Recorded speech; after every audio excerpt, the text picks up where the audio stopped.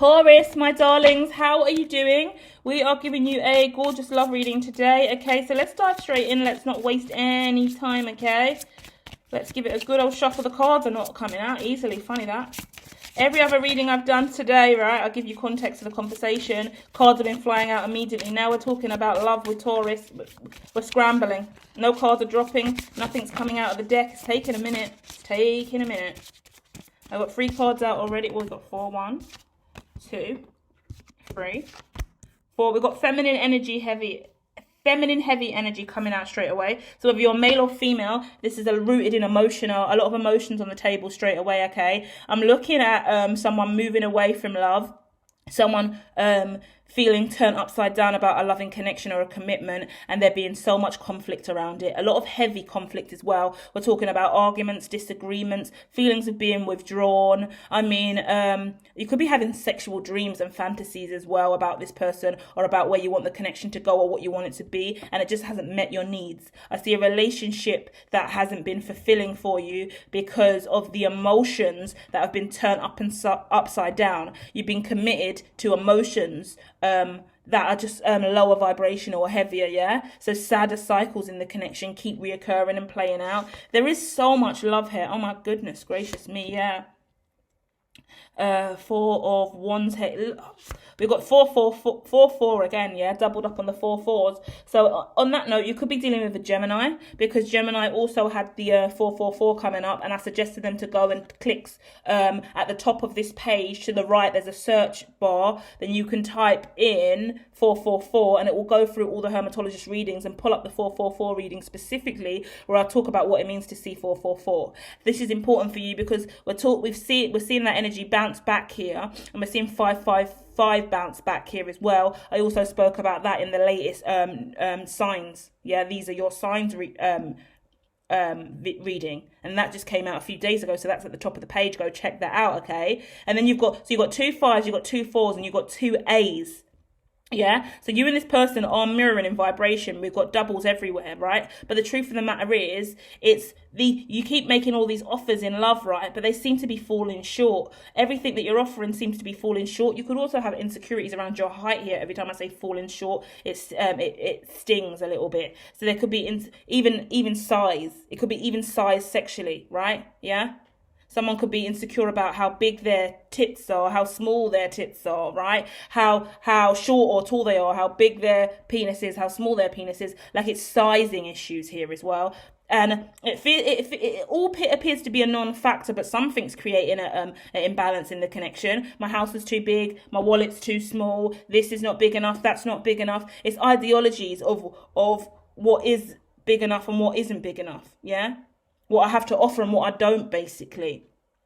And then we're looking at these 2 aces, which is the Ace of Cups and the Ace of Pentacles. The love is real. You're committed to this, right? I feel like the masculine is more committed than the feminine, because the masculine is committed to getting through all these fear energies, these fear vibrations, these insecurities that keep popping up, getting real clarity on the situation. Okay, now a lot more masculine energies coming in. Male or female, we're looking at a real situation of just really trying to move on from being numb, cold, detached. I want to talk about unrelenting love here for some reason, because all the love that's coming out straight away is the foundation of this. The love is there, it's obvious, it's evident, the intimacy's there, connection's there, the reciprocation's there. You can see the connection is strong, and it's bound to I want to say a higher source, yeah? It's bound to, like, your higher selves knowing that there's more here, there is genuine love here. But whatever you guys are arguing about, bickering about, you could be bickering all the time, silly little arguments over absolutely everything, and it's not really serious, but it just prevents this from blooming. I think maybe both of you are scared, maybe you're both prone to self-sabotage, you both have destructive behavior traits in some way, and that you know that if you choose to really fall in love with each other, then this is it. Do you get what I mean? Then both of you no longer have independence. You no longer have the freedom to go left or right, do what you want. You're committed to each other. I think you're on the cusp of being committed to each other, and I think that that's scary. Because then once again, all those questions: do I have enough? Do I have enough of this? Do I have enough sexually? Do I have enough financially? Do I have enough emotionally? Do I have enough mentally? Every element of is this enough or not enough is what's weighing down this love. Because the love here, if we just came in with all these cards of love, fine, or we're moving forward in a loving way. But you don't start relationships in a love vibration, do you? You don't meet someone on a first date and go, oh my gosh, thankfully I've met you and now we're in love. No. You get to know them, you go through the cycle. But the main thing that's going on here is a simple fact that the love has been rooted at the beginning of this. You could have met at a bar, yeah? Table service as well, bottle service, something like that. Wherever you met, right, it was really, really gorgeous. Something a little bit different and unique as well about both of you and what you're into. Like, not a lot of people would be into it, or the way you met, your story of how you met. Something's really niche. Yeah, really, really unique. And I think because, like, it looks really, really just whoa. Like, I want to just keep saying whoa. Like, I wouldn't expect it. You wouldn't expect it. You wouldn't have seen this coming. Like, it was just such an unexpected situation. So both of you went through the conflict internally, and that internal conflict that you went through about, whoa, I can't believe that these feelings are here and they've been here from the start of time. Yeah, like, because you wouldn't ever go into a first date, like I said, saying that you love someone or having that such a profound loving connection. Like, imagine you just meet someone for the first time and you go on a date and it's just magnificent.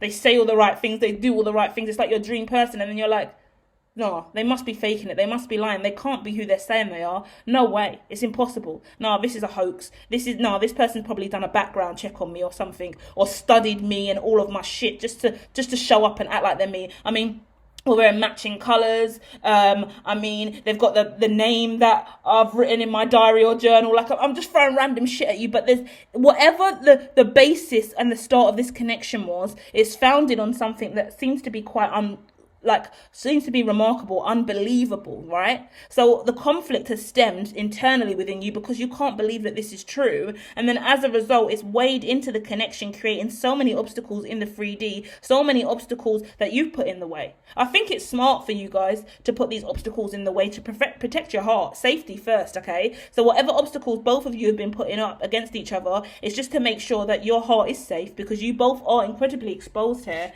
And then, yeah, I'm looking at a real shift in energy, a real awakening in this connection, you know. Both of you have really been awakened to what love could be versus what love appears to be, yeah.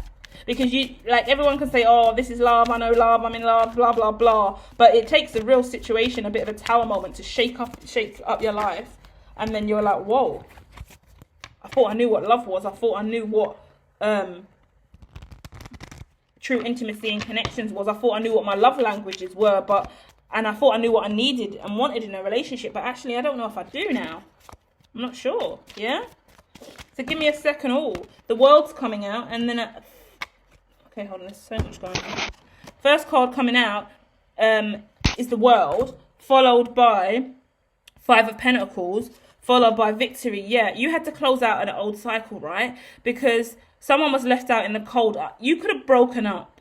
You could have went on a date, never spoke again. You could have ghosted each other, blocked each other, pushed each other away, argued, fell out. You could have been in a friendship group, right? This is what I get in my head, right? You know, when you have a little, I want to say coven, but I need to use my words wisely because it's not really a coven at all. But you've got a friendship group, you all rock together, you're with each other all the time, mixture of boys and girls, you're always hanging out with each other. And then suddenly, or work colleagues, right? And then suddenly within that group, you and another person suddenly connect, go on a date or kiss, or have an intimate moment, and then suddenly you're like, shit, why did that happen? Oh my God, we weren't meant to kiss. Oh my God, we weren't meant to do that. Oh my God, how the fuck has this happened? Oh shit. And then you pull away. And then now you're going out with all these friendship groups again, meeting up again, and then you're low-key like, are they going? Because if they're going, I'm not going. Are they going? If they're going, I'm not going. Like, no, I'm going to pass. And like, you're not, like, I feel like you're probably not telling each other what's actually happened, or telling others what's happened, but you're just avoiding that engagement altogether because you're working through it all. But it's obvious that there is this connection that you both have, that you're both running from because you don't want to face it, because that means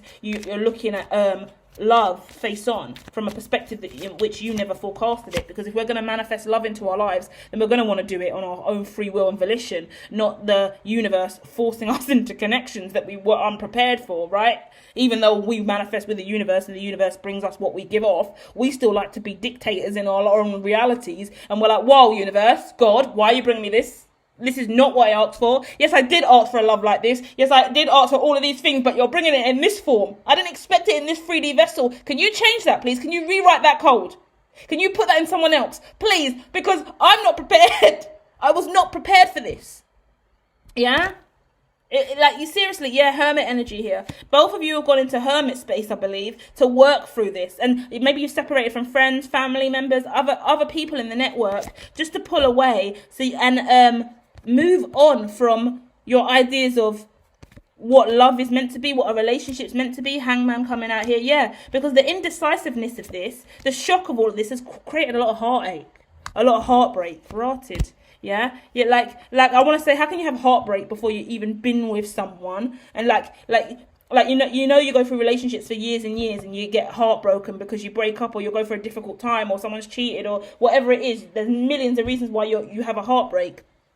But in this connection, you've gone in with all this profound love that seemed to be there from the start of time. You don't even understand how a relationship could be like that. You don't want to believe it. You don't want to accept it. You don't want to perceive it. You push it away, and immediately you're going through heartbreak at the start of this connection in the 3D, because from the start of time, the love's already been there. So you're breaking your own heart in the cycle of this because you can't believe all of this, and you actually believe that you didn't manifest this. You understand how manifestation works, but you're like, this doesn't still add up.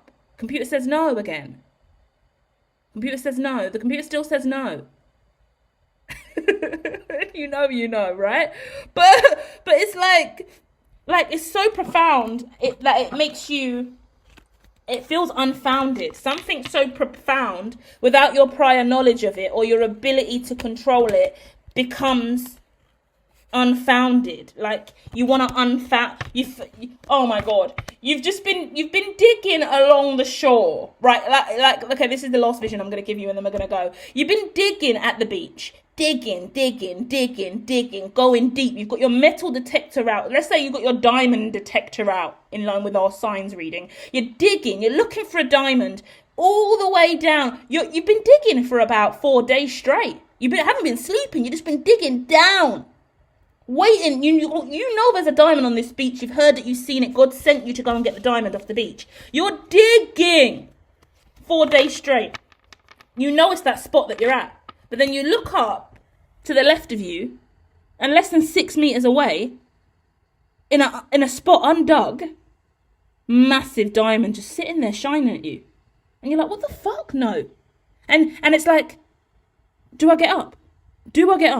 Like, oh my god, I need to get up and go and expect that diamond. I need to get up and go and pick up that diamond. Oh my, that's a diamond. I've been digging here for 4 days straight, looking in this hole, waiting for the diamond to appear, but 6 meters over there, just sitting, washed up on the shore. That's a diamond. No, what? No.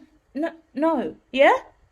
So, do you get that ideology? You've been searching for love, searching for this connection, searching for this level of intimacy. You've known whereabouts it is. You've been digging deep for it. You've manifested this, worked truly hard for it, but now it's shown up not in the exact same position in which you believed it would appear in, and now you're fucking thrown.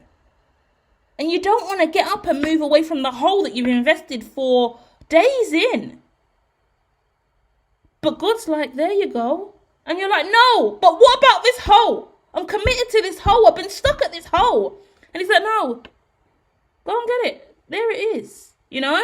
So in that context, it's right there. Go and get it, you know? And even me saying that, then I got anxiety racing up in my heart chakra now. I'm like, I can't go and get it. I don't know how to go and get it. Ah! Hermatologist, no, I don't know what to do. I can't move. You're frozen in space. You're frozen. I can't get my words out.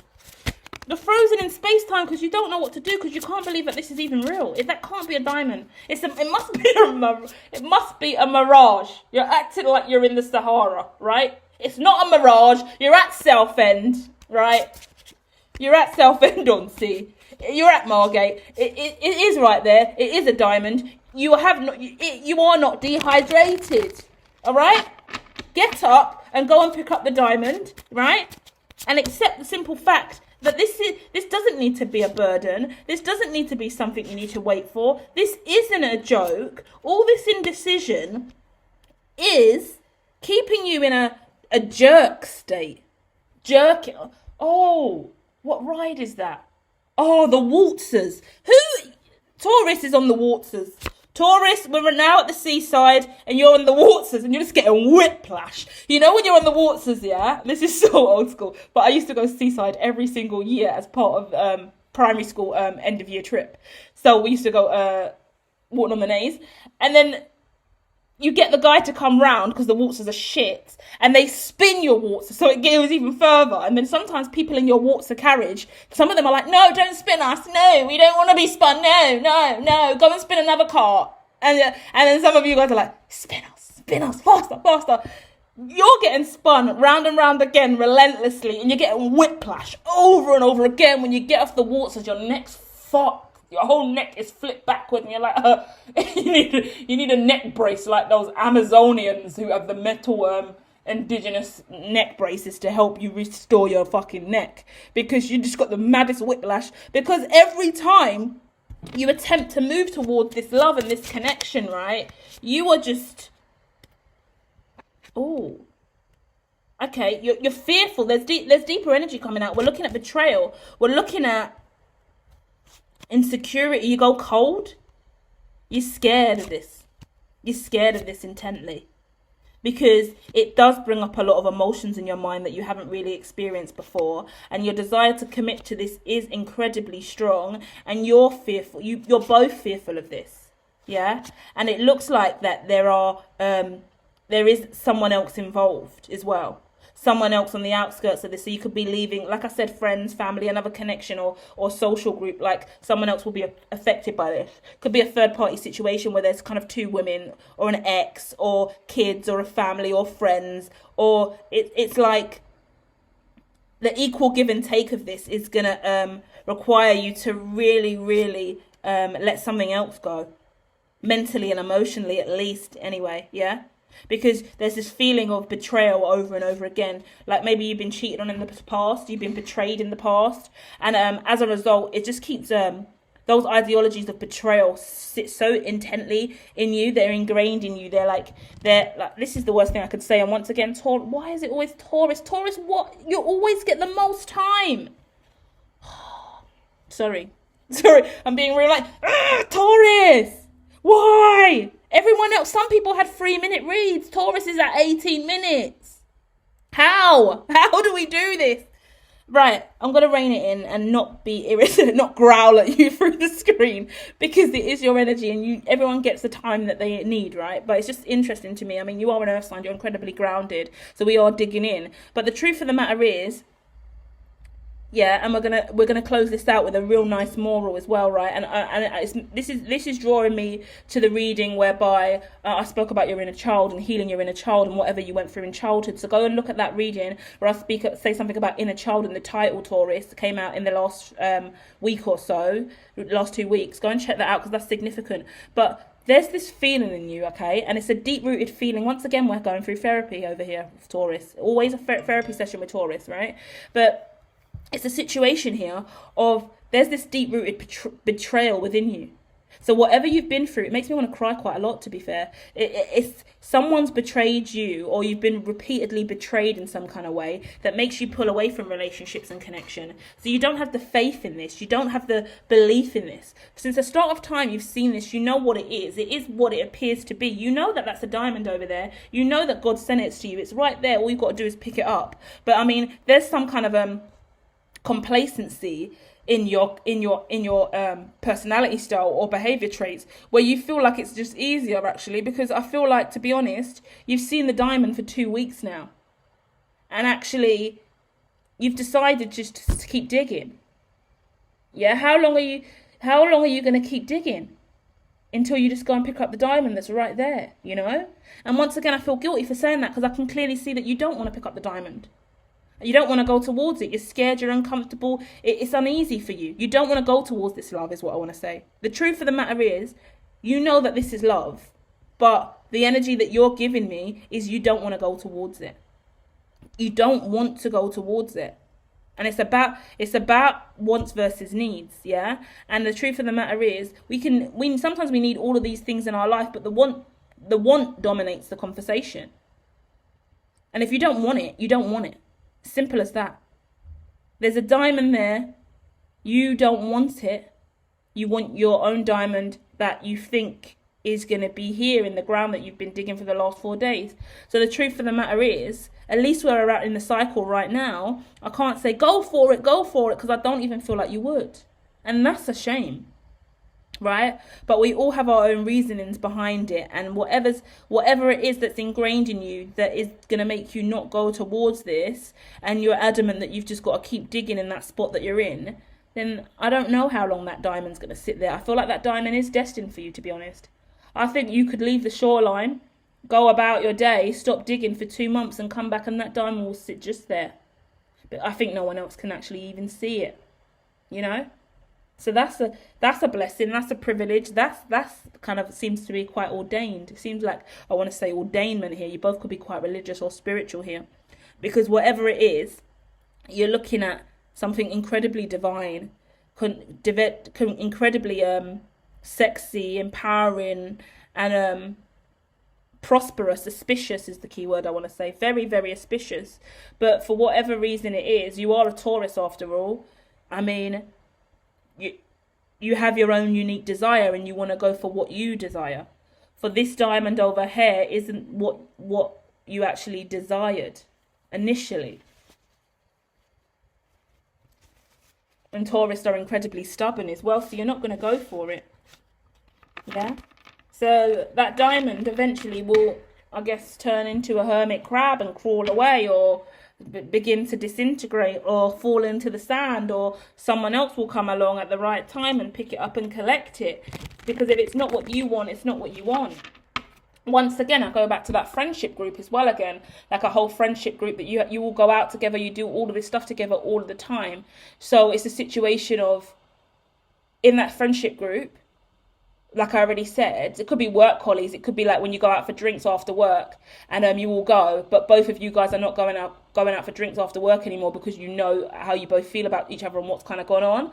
So it's going to get to the point where you'll eventually show up and they'll eventually show up, male or female, with that new person. Yeah, someone will come and collect that diamond. You will eventually find what you're looking. You will eventually find a ruby that you'll settle with. Or that sounds really quite harsh, but I mean, there is a diamond right there that's God giving you, but you might end up with a ruby or an emerald. Because if you're still digging 6 months down the line from now and there is no diamond there because the diamond you've been offered is just over there and that was your blessing, but you choose not to go for it, then you might get something else in replacement. Both of you guys will get a replacement, you know. This is the fable I'll leave you with last of all, right? Is there was a man at sea and he was in a little dinghy and the storm's there and he's getting beaten and his boat's slowly capsizing. It's got a hole in it. It's going down really slowly but more and more. And one boat's come along and they're like, get in, you're going to drown, you're going to die. And he's like, no, it's all right. I've prayed to God. God's going to save me. And they're like, all right, if you're sure, but you're going to drown in that. He's like, no, I've spoken to God. God's going to save me. The boat's gone off.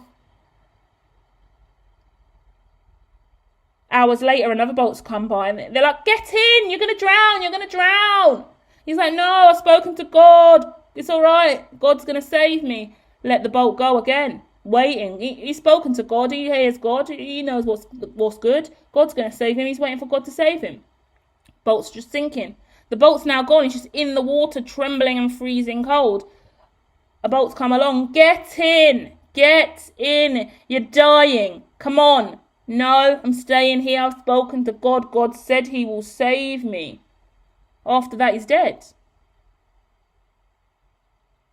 gone to heaven at the pearly gates. God, I thought you said you were going to save me. He goes, what do you think those 3 bolts were? What do you think those 3 bolts were? I sent you those bolts. I tried to save you 3 times. And you turned it down. You know? And that's the story I'm going to leave you with here. And it's not the most lovely romantic tale that I wanted to bring to you guys today, especially as well because normally I'm used to doing readings where I'm like, go and get that, love, go on, it's yours, you deserve it. Like, that's normally my narrative. And here with Taurus, it's like, don't go for it then. Continue to do what you're doing, right? Because you want what you want and you deserve what you want. And if it isn't what you want, maybe it's what you need and maybe it's what you love, but there's obviously something that's making you not want to go for it. So just trust in yourself in that. And there is no judgment with that. There is no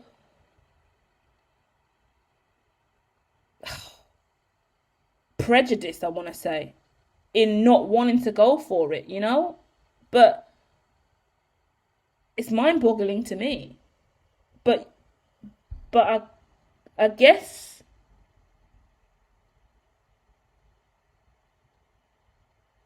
we'll just have to leave it with space-time, yeah? Let it just resolve itself through space and time. That's all I can say, Taurus. Yeah? Love and light, my friends.